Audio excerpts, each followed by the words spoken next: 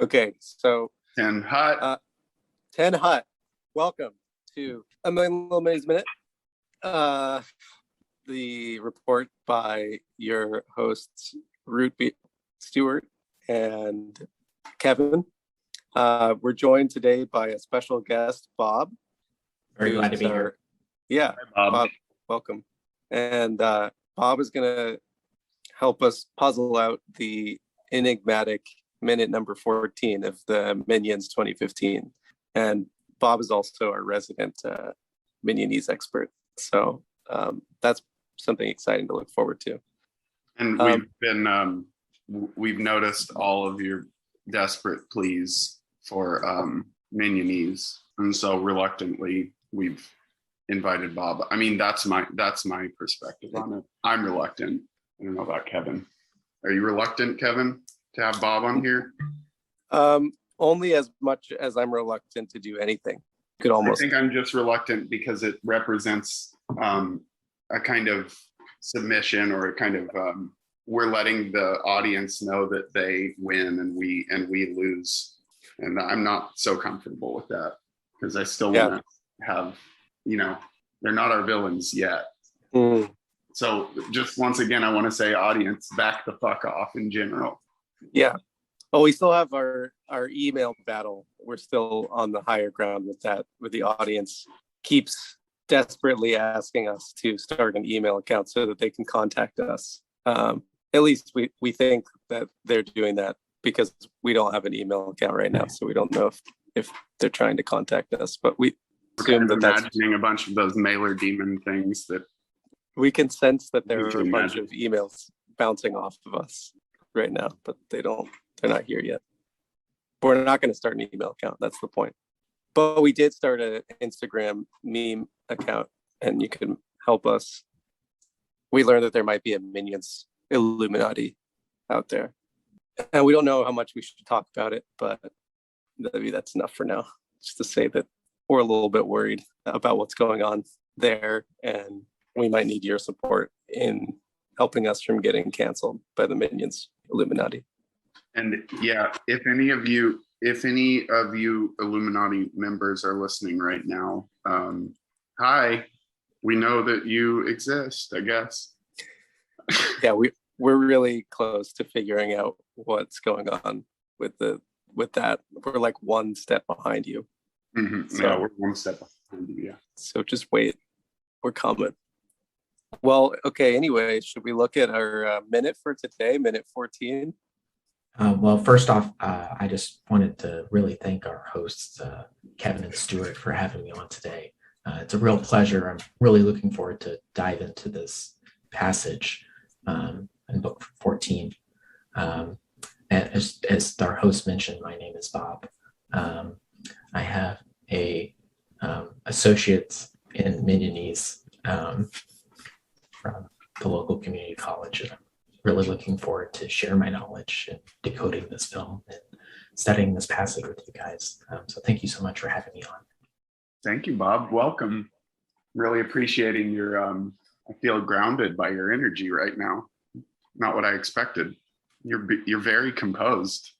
Well, us Bobs, we have to set a good example for everyone else. So, we like to, keep our energy nice and focused and control, and don't like to get things out of hand. Wonderful. Thanks so much, Bob, for being here. I'm going to go ahead and pull up our...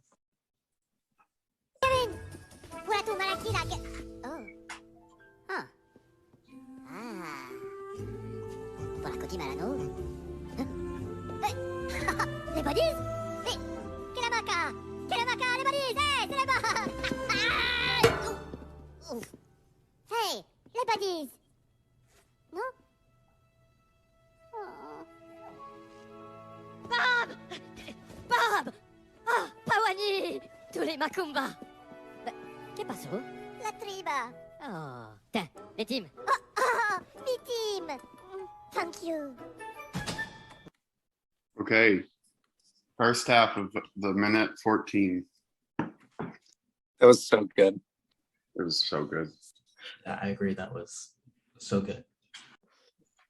Yeah, Bob, do you have any insights about I mean, we could describe what was happening, but I mean, maybe since you're the expert, maybe you've got some thoughts about what they were saying.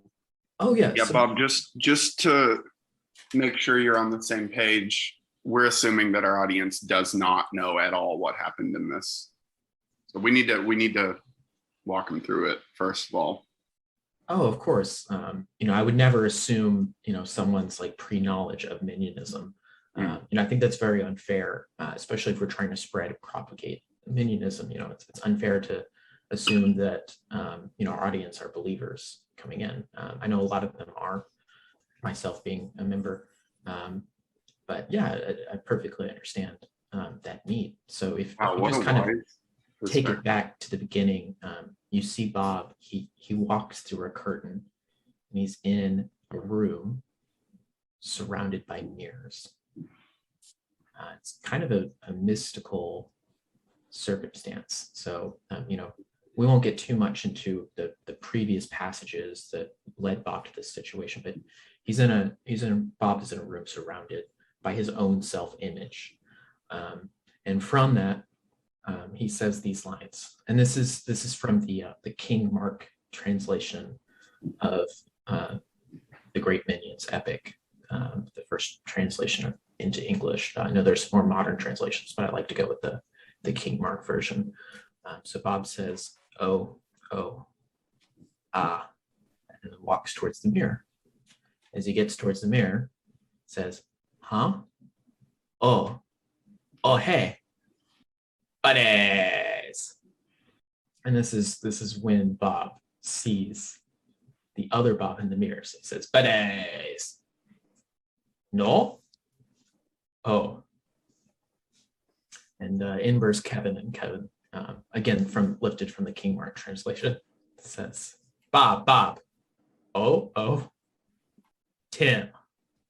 Oh. Bob responds, "Me, Tim. Mm-hmm. Thank you. Stuart?" And then the lights go up. That was so powerful. Yeah. So that's just for anyone who was unable to see the actual minions themselves. That's what was happening. It's really interesting how when you're watching the movie, the minions seem so happy-go-lucky and youthful and light, but as you translate it, it's clear how solemn and heartfelt all these things that they're saying are. So again, I really appreciate you being here, so that we can see the much more serious side of the minions.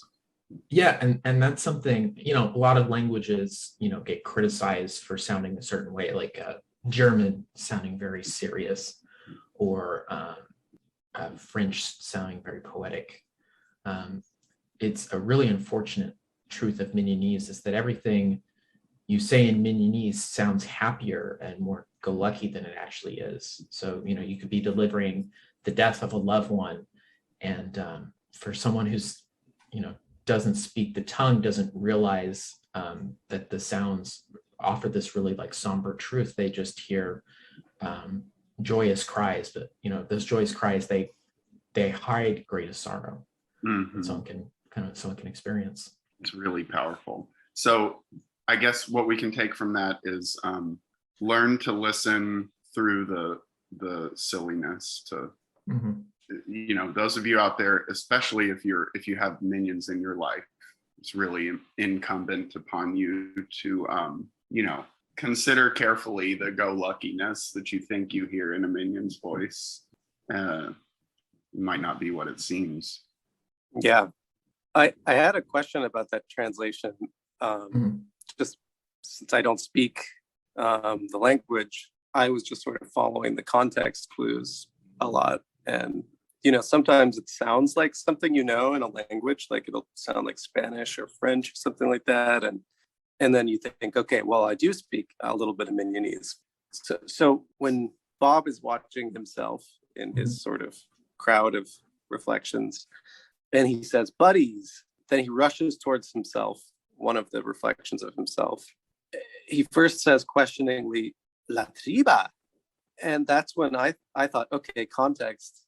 It looks like maybe he's imagining his tribe of minions, but it sounds like that might have just been a kind of sleight of hand, maybe on the filmmaker's part, where they were trying to make you think that he's talking about the tribe, but really he was just saying Tim. It sounds like in your translation, just said Tim. Oh, no, Tim is later on. So if you're talking about where Bob rushes in there, so that part translates into La Triba translates into hey. So I don't know if you want to get into like the deeper meaning of the scene, but in that moment, Bob is through the reflection is either physically seeing or imagining his fellow tribe members, and not being able to pass the mirror test of consciousness. Minions, they don't actually recognize themselves in the mirror.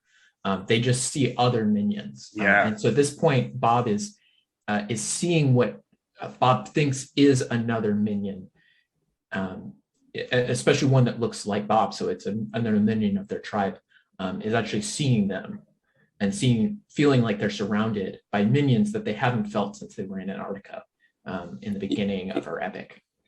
Yeah, definitely. Yeah. I'm very surprised that La Triba actually means hey in Minions. Yeah. It's really cool. Yeah. Yeah, that coincidence where it's like poetic, kind of like. Mm-hmm. I mean, yeah, it's like that phrase probably portrays a lot about minion consciousness. Right? Oh yeah, I didn't think about that. Like the Sapir-Whorf hypothesis kind of thing, where the language that one speaks determines the contours of one's kind of world. And so I guess this thing that we would think of as, humans becoming minion, that we would think of as like a noun or, a name. Apparently to them, there's no such thing as like an objectified tribe or community. They're always like, if La Triba means hey, then that suggests they're always operating from within like already assumed membership in the tribe. Just identifying the tribe is the same thing as like greeting or integrating back into it. Mm-hmm. Interesting. Yeah, right. It's hailing, right? It's the recognition of the other that constitutes them as a group identity, in announcing them as the tribe they are constituted in every moment, newly as the tribe or something. Yeah. What's strange though is that if La Triba only functions as like a name, as a way to greet or connect socially directly to the tribe, mm-hmm. then it almost seems like the minions couldn't talk about their tribe in third person to someone else. Like can't. I don't know. I guess this is a question for the Minionese expert. Is there a way for the minions to kind of like objectify and set separately the idea of their tribe, or is that just their whole world and they can't even, Yeah. Well, it's not just linguistic, but also like socially. In the minion mind, the individual is second to the collective. So it's almost as if you refer to what we would refer to as first person. I say I, Bob. That would be like third person for them. The I, are like the plural first person, is the traditional first person. And even also like talking to other members of the tribe, so the plural third person we would have in English, that is actually first person. And even if you're not including yourself, you're ordering other minions to do something, as Mark does. It would be like saying I do it and expecting the other members of the tribe to do it, and all in agreement. So that's a little linguistic nuance in Minionese. Fascinating. Yeah, that's really fascinating. Thank you, Bob. Thanks. We were talking about how the mirror is this. Well, we were talking about solemnity, right? And the mirror scene is really important in that it's the first time we've seen Bob sad and in a state of distress in the movie. It's really interesting because Bob is typically the most happy-go-lucky minion. And we had just been talking about how minions never really seem to stop and question their actions in the previous episode. But this is the first time we really see minions do that. And it seems like this is a crisis moment for Bob. So it seems really important to unpack. Like, this is a crucial moment in this series. And one way to unpack it we were thinking about is through the Lacanian conception of the mirror stage. So the basic sketch of that is that when babies in their infancy encounter their image in the mirror, it presents this sort of self as other kind of contradiction, in which they see a figure that they identify as themselves, but at the stage where they are actually still without language and without much control over their motor skills, and they are not quite jealous of, but maybe they are inadequate in comparison to the other that they see, because the other is like permanent, is like fixed and stable, and it has this kind of and solid, and it seems to have a kind of control that they lack at that moment. So it's like a point from which to start to try to emulate an image of what the person that you are could be, because when the baby sees the image in the mirror, it has clear contours and has a clear separation from the rest of the world, whereas maybe in our experience up to that beginning of objectifying ourselves, we can't maybe necessarily tell the difference between the outside world and ourselves so much. So for Lacan, it seemed like this seeing the image in the mirror was the moment where you go, oh, I'm supposed to be a separate thing to myself. Yeah. And in that's like the sort of beginning of what we think of as subjecthood. So it's like, and it will constitute like what subjecthood means throughout an individual's life. Is that and very interestingly, it's pre-linguistic, it's still in a very early stage of the mind's development, where I think Freud would have said that the subject is determined through language and more sophisticated systems of sociality. I think Lacan backed up and said, like, no, we start to try to be a person before we know what a lot of other sorts of things mean in the world, because of the body and the simple images that we try to associate with it and use to control our lives. Right. And the thing that's like important about that distinction is that for a Freudian, you could, by learning about the ways that social repression has distanced you from whatever ideal I you have or you hold as like your ego prevents you from attaining. Through analysis, you could sort of bridge that gap. But for Lacan, actually, it's like an unbridgeable chasm between you and the ideal I. So actually, the self is like fragmented all the way down. There's no because whereas maybe we could walk back through language into like a good understanding with Freud's framework, you can't actually touch and join yourself with the mirror image. There's no way. Right. Mm-hmm. Yeah. So we're always trying to live up to what it looks like we're supposed to be. Mm-hmm. And that's what it means to be a subject for Lacan, is to do that. Is like this process of trying to live up to an identity as a self, and to try to kind of corral the vague inchoateness of what makes us ourselves. So now that we talk about it, I realize that I agree. Lacan has cool thinking about this, but man, it was horrible to read. It's bad. I think it was a real struggle to be able to deliver this fairly, I think, understandable, digestible way of like expressing what he tried to write with a bunch of gobbledygook bullshit. It was very hard to read, not enjoyable.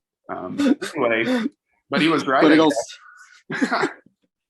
Yeah, and it seems super applicable to the scene, right? Because Bob comes across the mirror and then has this crisis moment of identification, but it seems maybe different, and maybe that's something we can unpack too. I was really interested in this.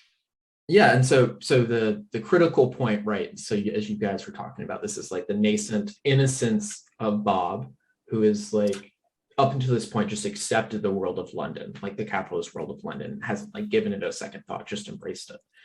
And so, we were talking about the Triba buddies, hey buddies, and that's the old tribal thought of Bob. And then upon seeing his own reflection in the mirror, one that he doesn't even really truly understand is his own, but just a minion that he cannot reach. This is when he says no, oh, and so that's his realization point, and that's a major transition for the next 15 seconds in Bob's character that lasts for the next 15 seconds. It's really powerful. It is. Yeah. So are you saying that being heartbroken, looking in the mirror, thinking that they're buddies, but really it's just himself? He doesn't even really understand, I don't think, that it's just himself anyway, but that moment is some kind of inflection point where he learns that he's in a different kind of world than he thought he was, or what? Yeah, so he's in a different world, and he doesn't necessarily realize that it's himself in the mirror, but he realizes it's a minion that he is separated from. And that in a way, Bob, Stuart, and Kevin are kind of forming a splinter tribe in London. And the new ideals of the West and capitalism and colonialism, imperialism, as we'll see in some later passages, those have now completely warped the minion worldview. And there will be forever glass separating him from his old minion tribe. Wow. Oh, okay. There's a lot here. Yeah. Wow. Yeah, it's Bob's reckoning with his separateness. The movie, I think the producers of this film try to make it seem a lot simpler than that. I mean, that's part of what we've tried to do in this report, is to try to read between the lines a little bit, because they've got an agenda with the way that they make this movie and what they're trying to make it seem like. And the simple reading could be that just Bob is missing his tribe. And I think that's what they want you to feel, because they don't want you to see the deeper things that are going on in Bob's consciousness, because they might not be pretty. They might not be easy to sell, So we have to unpack that a little bit and see what Bob was trying to tell us. Well, I think a critical point is what happens next. So Bob, he's given like a full length of self-reflection. It's a full, I think it's around 5 or 6 seconds in the film to just like go completely out and self-reflect, and gives us as an audience a time to appreciate the emotional turmoil. Oh yeah. And then in walks Kevin and sees Bob is just completely like in despair, going through this like inner crisis. And what does he present to Bob? Do you guys remember? Oh yeah. Yeah, he presents a little teddy bear. Yeah, Tim, the teddy bear, the mass-produced pacifier that even though Bob is going to lose some of his minion connections and going to lose the sense of like well-being and togetherness, he's going to lose this as part of the journey. It doesn't matter, because we have this manufactured teddy bear to comfort him. I think that I agree that the teddy bear is important, but I guess maybe I read the teddy bear as, it is mass-produced. It's a mass-produced object. They didn't bring it with them, but there's something about a teddy bear that like sort of defies a lot of the logic of commodities, in that commodities are almost always meant to be disposed of. But a teddy bear is this item that's so valued that children will hold on to it way longer than they should. And it's a deep nightmare to try to imagine a teddy bear line that involves planned obsolescence. Like, to imagine trying to get kids to want to cycle through teddy bears like once a few times a year or something. Man, that would be sad, because what you're saying is really true. The teddy bear is something that I think resists commodification and like equivocation to like commensurable values of, right. Like you can't sell your teddy. I mean, some really avaricious kid maybe would sell their dear teddy bear, but like, the teddy bear itself basically is something that I think resists that kind of treatment because it's special in itself because of its particularity, not because of its mass producibility. That's an interesting reading. I was coming at it more from not just like mass produced, but something that is has a meaning and has a globalized marketing campaign behind it.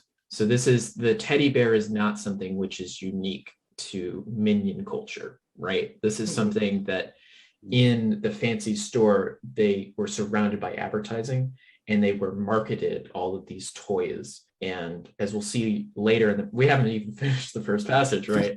14, right? We're only halfway through. But as we'll see later in the passage, they've been, enamored by all this marketing campaigns. And so this is how, because of the marketing, this is how Kevin chooses to comfort Bob, not by just, giving him a minion hug, but by saying, oh, well, I've seen through marketing that this is what you do to appease kids. Yeah, here's the product to use. And this is more of a thing on Kevin's journey than Bob's journey. Right. From Bob's perspective, I agree with you guys, but from Kevin's journey, like this is, as a parent, he's been marketed that, okay, this is how you can comfort a child without having to, hold them or touch them. Well, but they did touch him. They did touch. I noticed that. Yeah. So I sort have a take. A give. I'm gonna give. Okay. And I think it might be soy pilled, but bear with me. All right. So I was thinking that it seems for Lacan that when you see the mirror, it presents like the body, like your body as like a clear form, which seems to suggest that we should already like have a decent idea of what our bodies can do and like how they work. And we definitely don't. Like adults don't even, I mean, some people get somewhat closer to knowing what our bodies can do and what they are really, but we still don't really know. Certainly a baby doesn't. And so I think that's a big part of the, primordial anxiety that Lacan is trying to talk about, is like trying to live up to that own body idea that we can't live up to. But I liked how for Bob, it seemed like instead the mirror showed like a totally different sort of like simultaneous exhilaration and comfort in like a familiar but indeterminate, like you could say multitudinous, kind of always already swarming with different forces. I think it's an example of a body without organs, what he thought he saw in the big like circle of mirrors when he first came up. And he called it La Triba, which we now know just means hay. But before I thought he was talking about, he was trying to identify the tribe. Again, that's a really important, like, it's hard to imagine a language in which there's no difference between greeting, the group that you're comfortable with and naming them. Pretty cool. But I guess I would characterize his like desire when he met what he thought he saw in the mirror as not like a need to stake a claim or to like define clearly what the body is, kind of to subordinate the body to the mind or whatever, like the Cartesian cogito model of the self, but like rather just to surrender. Like he wanted to just like fall into the arms of the tribe that he thought he saw. Because for him, identifying himself autonomously, independently, doesn't appear at all, even to begin with, as some kind of comfort or security. Like it doesn't even occur to him to try to figure out who he is from looking in the mirror. He was habituated to thinking of what he could see in a totally different way from that, you know. Right. You mentioned the body without organs. I was thinking about the passage from Deleuze in the one or several wolves, right? That this kind of seems like it's a one or several wolves moment, where like the Freudian Lacanian line of thought is to see the mirror as this moment of like identification with the self or of the self as the unity. But like in that essay, One or Several Wolves, it's like about Freud kind of obsessively listening to this wolfman's story about a pack of wolves in his dreams and saying like, oh no, that's not a pack of wolves. You're just dreaming about your father. And saying that again and again. It's like, you're just thinking about your father. And Deleuze is like, no. Keeps insisting on reducing the pack of wolves, which keeps appearing as like 5 or 6, to just one. He won't even consider that there might be a difference in meaning between a group and a single wolf. Yeah. And so Deleuze's thing is like, well, let's focus on that pack and not on the single wolf. That whatever's going on inside the wolf man, it's important that it's a pack of wolves that he imagines himself as subconsciously or whatever. I think that Bob may be dreaming of himself as a pack too, as a tribe. Like instead of this idealized I that he sees in the mirror stage, that actually there's like this sort of multitude beneath the surface of the tribe that he identifies as the self, whatever the self is. The ideal self isn't like Bob as an individual. It's like, yeah, Bob knows that whatever his self is, that he can determine, that he can figure out to any degree, it's always going to have to be already involved in some kind of pack or mass formation. Yeah, but it also seems a little distinct from the Freudian lens of like that your self is like social, as like an individual self that's like socially determined, but actually like it's like a social multitude all the way down. And I don't know what the Deleuzian term would be. Yeah, I mean, I think a pretty concrete way the way that it makes sense to me is like just that Bob knows that the determinants of his life are not entirely internal to him, or largely not internal to him. He just recognizes that, you know, things work according to forces from outside of the things occurring to them. Like the universe decides who I am, and the universe involves lots of wolves, not just one that is just like a simple reflection back to me from information stuff. Anyway, I think, but in the end, when Bob is like dejected, like you were saying earlier, Bob, for like 5 seconds or like the eternity, long time for this. Yeah, eternity in Minion time. Exactly. I think the Freudian and Lacanian model would expect him to get dejected when he recognized himself and realized that he couldn't be enough himself, or whatever. But he was dejected not because he recognized himself and was like challenged by that or something. He was only dejected because he knew that it wasn't a different minion. He knew that there weren't any other minions there, that he was ultimately alone. And so like, you know, that's sweet, and the soy pilled part. But then again, does he even, you know, on a more analytical tack, does he even have a self-image then? Can we say for sure that Bob knows that he's Bob from this scene? Or can he only recognize his like being as part of a mass? He doesn't have an identity without his tribe. And then in the end, he's you point out the kind of like product side of it, which I hadn't thought of.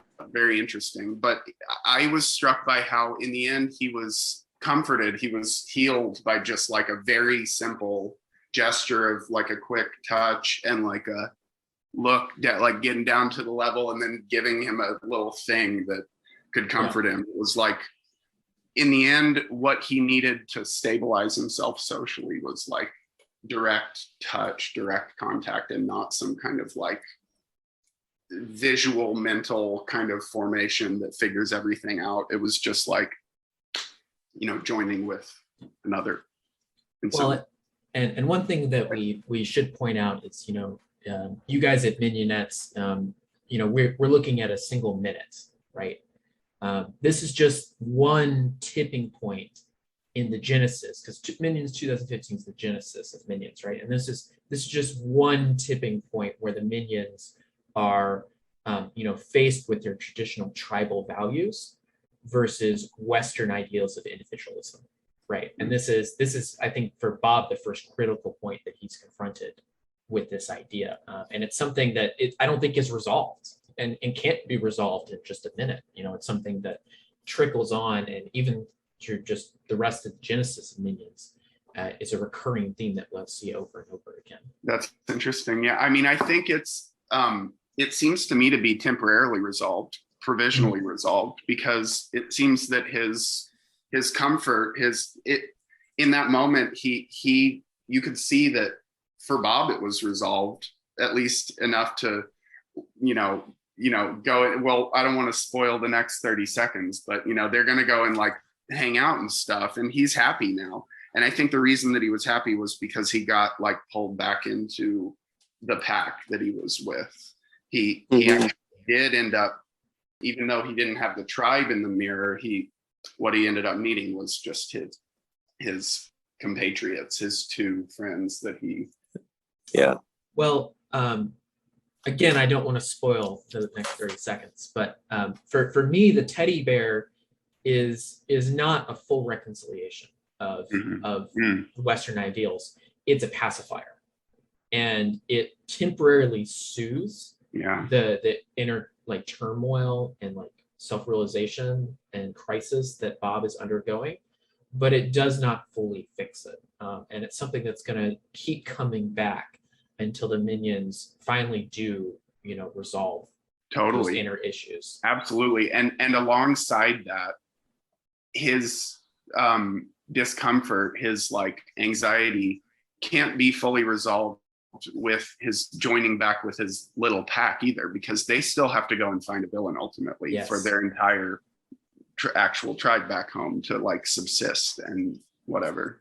So they're not done either. But it's cool that he has, I think it's important to me to notice that from moment to moment, he does have a consolation that's just like getting back into the pack and having a teddy bear. Like that's real. That's important for Bob. I think that it's super cool to think about it as like the new pack, like Bob was saying. Like it's like it's like he's getting used to this sort of like new and more protean idea of what a pack could be. It can be like just this group, but it also like he's never fully satisfied, like you were saying. And this is another sort of spoiler thing, but eventually he adds to the pack, and he adds a lot of like non-human compatriots to their pack. And that makes me think that Bob is just sort of always in search of like additions to the pack or something like that. And that maybe that's kind of what that's why he's able to keep going in this new mini pack formation, is that it's a provisional pack in search of new members. So in your model, is the teddy bear a new member of the pack in Bob's eyes? I would say, yeah. I mean, I think that one thing that's interesting from what you said is that it's like a product, of course, but it's the potentially degraded member of a pack, right? Because it's like just a toy. But Bob treats it with so much reverence and love that it's almost like Bob doesn't make those distinctions, that like Bob is just like so filled with desire for a pack that and that's what I guess teddy bears are ultimately, is this sort of like something between thinghood and personhood or something. And that's maybe where Bob Bob treats kind of all inanimate and animate life with that same sort of ambiguous love that which is why he eventually adds like a rat to the pack and I think some other like some bugs or something. Well, should we watch the next 30 seconds of the passage? Absolutely. Yeah, we don't have much time to talk about it, so we're gonna have to speed through this. Okay, ready? Hola, no, la crota.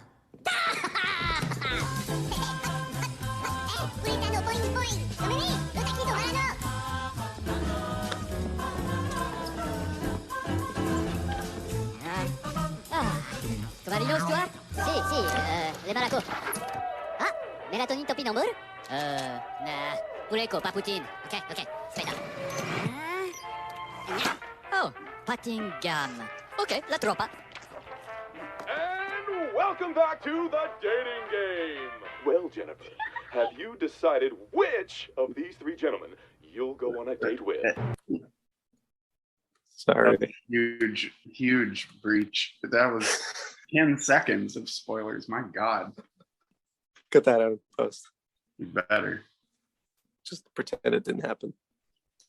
We'll be getting emails if we don't. We don't want emails because we don't have an email address. Yeah, so this is the Minions chilling with their crew. Y'all have anything to say about this? Well, yeah, we should describe it pretty fully. Okay, so Bob has been comforted in the mirror room by rejoining his pack with the teddy bear too. They run into the next room. They find a plethora of luxurious items and they arrange them into a chill space, a cool little like TV watching room that they make very quickly, very handily. So they pull a TV and some lights and comfy cushions and stuff around a mattress, and they all jump on the mattress. They're gleeful and ready to watch TV. Yeah, it strikes me that like they immediately do that too. Like as soon as the lights turn off, like Bob was saying, they have a plan. It's like they don't have to even think about it. They just like immediately this idea forms and they're all on the same page. We have to build this. Have y'all heard that word, stigmergy? No.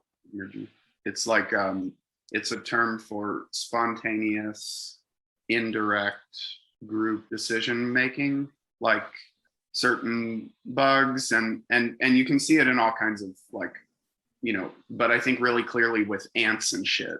Ants like walking in a single line and responding to the next one. This kind of like spontaneous but cohesive group behavior patterning thing where you just, and so we can imagine like some task that people are doing, like grabbing a bunch of baskets and taking them over to a space.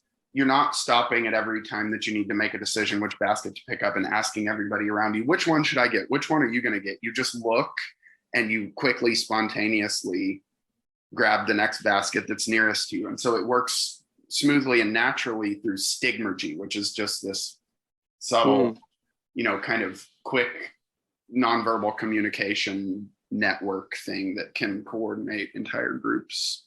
So they have this superpower of stigmergy, apparently, where they can like instantly get on the same page just by looking at one glance at what the other one is doing. Or is it maybe more than that, a hive mind? I don't know. If I could interrupt you, we do need to be a little cautious about the term stigmergy. There is a stigma around the term stigmergy when referring to minions. I heard it was a stigmer, actually, not a stigma. Thank you. I think we need to get down to the bottom of this in any case, whether it's a stigma or a stigma. We need to figure out which one of those it is. And I hope we return to that soon. But anyway, I won't talk about that word anymore. I'll just say the vibe. That's the other word for it, I think. Minion we say their vibe. Wait, minion. Minion mind. You said hive mind, but minion mind. I like that. How about vibe mind? Vibe mind. Yeah, they're interchangeable. I would say minion mind, vibe mind. They're all scientifically acceptable in the minionology community. So they're all in the same minion mind, and they want to chill, but it's interesting that they're like we talked last time about how purposeful minions are. It seems like their purpose is to chill, but to get there, it requires some sort of like work, which is interesting. Like there's they put a lot of effort into like designing this really special, cool place to hang out. Like they gather and stuff from all over the mall. It's just like they have like tons of energy, so that even chilling is like this elaborate, goal-driven kind of process of labor, I guess. Yeah. On the one hand, I think of like Alan Watts saying like much more eloquently and subtly that like we should accomplish purpose in order to get to purposelessness or non-purpose. That the use of getting things done is to not have to get things done anymore, basically, for a while. I like that idea. But it's also, on the other hand, like you're saying, they made a big production out of it. And also, they didn't really take any time to just like lay back and kind of relax, because immediately once they got on the bed, they had to switch the channels. They had to figure out which channel they needed to be on. So the work never actually stopped. Yeah. There was always purpose throughout, even if you're chilling. Yeah, there's a certain like utility in the work itself. Like they have a value of performing work beyond just the means or the ends that the work accomplishes. Yeah.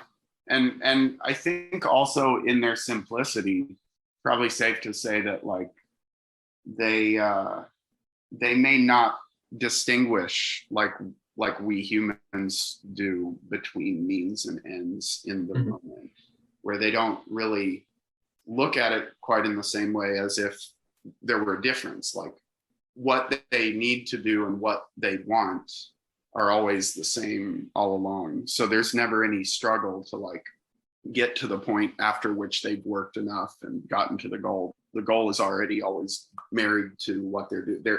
They're always trying to do what they're doing.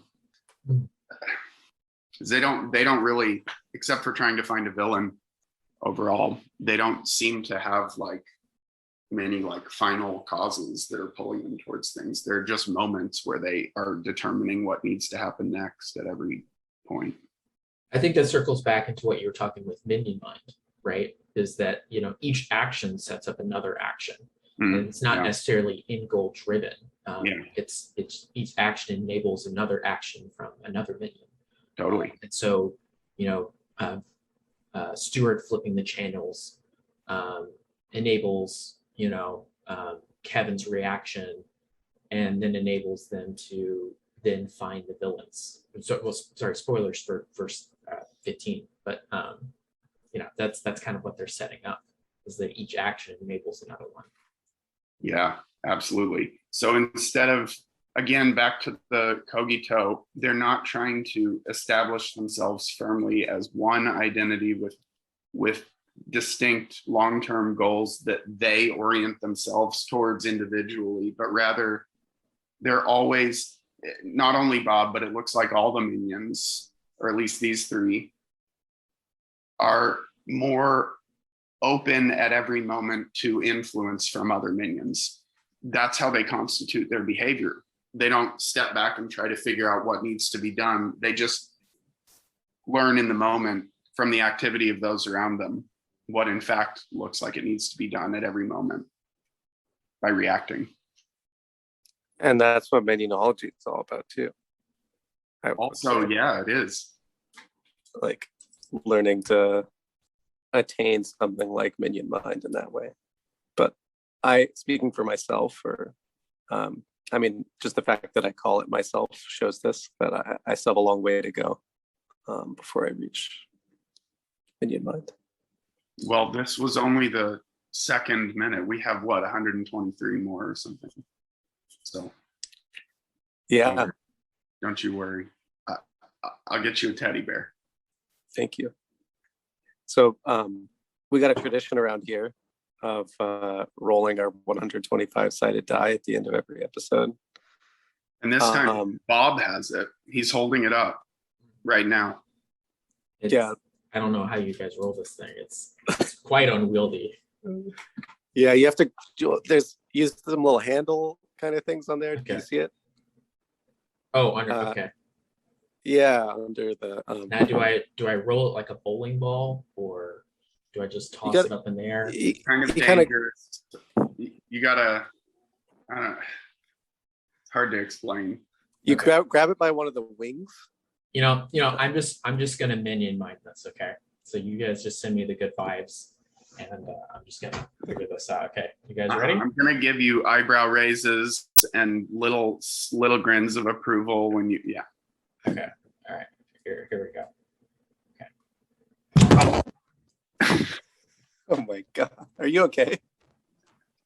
I'm sorry, my influence has failed you. Or it was too powerful? In any case, yeah. Okay. All right. I messed that up for you, Bob. I'm sorry. No, we're good. Okay. Okay. Oh wait, can you read that, Bob? Here, or- I'll just show it to you so you guys can see. Wow. I'm gonna Oh my go- god. Oh my God. I'm gonna go wash my hands. Look. It looks like we got a 3. We rolled I a got a 3. way to go, Bob. That's pretty impressive. You got us a 3, Bob. It's like one of the best rolls that you could have done. So that was good for a first try. What happens if you roll the same number twice? It's never happened. Well, it's impossible. But it's a dice, That's not- isn't I don't- each roll independent? No, it's never been done, so it's possible. Okay. With the It's sample size unknown. of 3. Okay, yeah. Unknown to minion science. Mhm. But it does seem like we rolled a 3, which is great.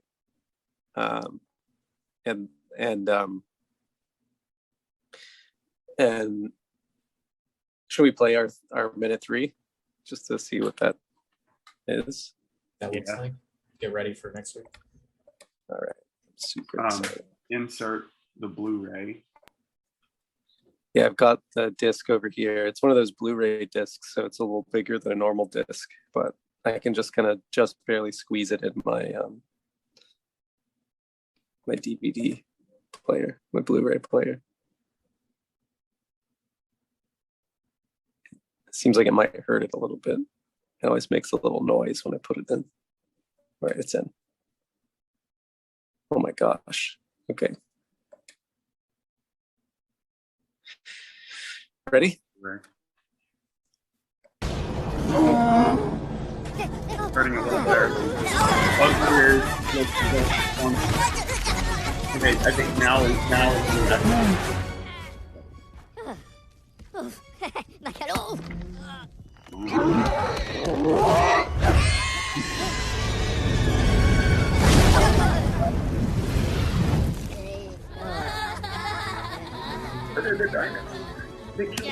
Nope, it wasn't easy for these guys, but they never gave up.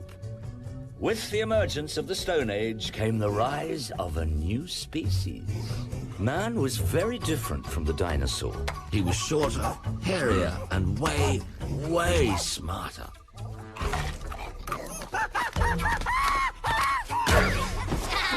The minions took an instant liking to man and helped him the best they could. Oh, oh, no! Hey, la piñata! Sí, sí, para la mujer!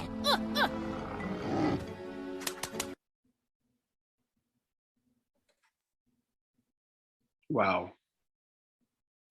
Fuck Oh my yeah. God. This movie is so dense and rich, and my God. So much here. Yeah, I don't even know what to say. I think that there's, it's going to be a really important episode. So this is y'all when better tune. if you couldn't tell, the minions have met humans for the first time. So yeah, get ready. This is going to be an important episode coming up. Y'all get ready. Well, I just wanted to again thank Stuart and Kevin for having me on today. It's been a real pleasure. I wish you guys the best of luck as you guys continue the podcast. Maybe in future shows I can be another guest star again. So Yeah. I mean, I had so much fun today. friend of the pod, you're always welcome. And your expertise was really important for this, so thank you. I think Very important member of our pack. totally. Anytime. Our pack then, yeah. Ultimately, we would love to have a Zoom filled with guests for one of our episodes, maybe 20 or more in one episode, but we have to start small. And when we do, it'll be all of them talking at once. This is going to be like a Minions type party where there's going to be 20 guests all talking at the same time. That's the goal. Be ready for that. That's another goal. I mean, of course, we're going to watch the movie again when we're done and see how much I can't wait for that, but I also can't wait for this new idea of a 20 minion simultaneous talking party. Yeah. Oh, if you'd like also to help us get to that state, follow our Minions account on Instagram, 1,000,000 Lil Minions a minute. If you'd like because we still need to learn how to speak Minionese, and so that's the main reason that we have that Instagram account. Tell us how to speak. Teach us how to speak Minionese, please. Yeah, and if you want, also we can give you the password so you can join and use the account too. It would be great to have 20 or 50 people using that as a little tribe, and maybe that would help us get to a blue check too, so that we could become trying to get y'all to help us get to a blue check, becoming the admins along with us, because we're all minions, adminions together. And sorry for plugging for you guys, but don't forget we also have a Discord, so feel free to join our Discord. We should y'all's Discord. Lots of interesting discussion going on there. And who knows, one day maybe you guys will have a Patreon too, so we can support the podcast. The YouTube. And I can support the podcast. So get ready to like and follow and share and subscribe for all those things. We'll have a Patreon with only one level. That level is villain, but it's got minion level and villain level. But minion level is like de facto. Minion level is